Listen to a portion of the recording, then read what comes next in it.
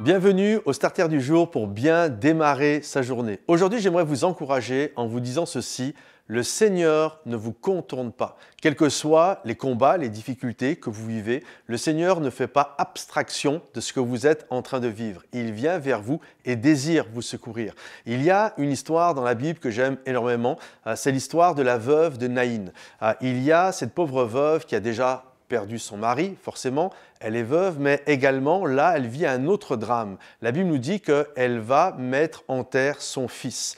Et après avoir perdu son mari, maintenant, c'est son fils qu'elle va enterrer. Et là, il y a tout un cortège dans ce petit village de Naïn où ils sortent de la ville pour aller enterrer l'enfant.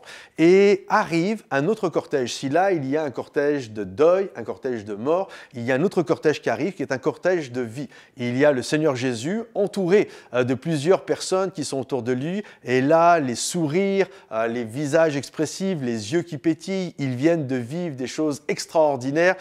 J'imagine, il y a de l'engouement, il y a, voilà, ça pétille, c'est plein d'entrain, c'est plein de joie. Et d'un seul coup, la Bible nous dit, les deux cortèges, le cortège de mort, là où il y a des larmes, là où il y a de la tristesse, va se retrouver face à face avec ce cortège de vie.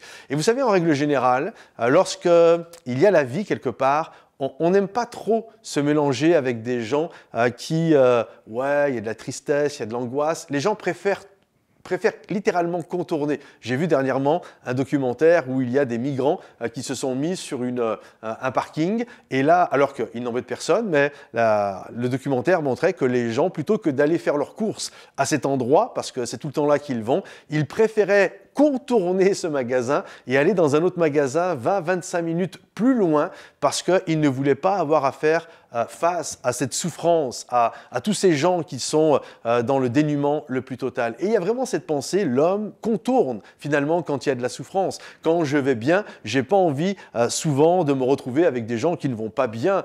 Comment tu vas? Ça va pas? Ah, puis là, tu es là. Oh, pourquoi j'aurais dû le contourner? Oh là là, encore cette personne qui va me dire qu'elle va pas bien. Et c'est le propre à l'être humain.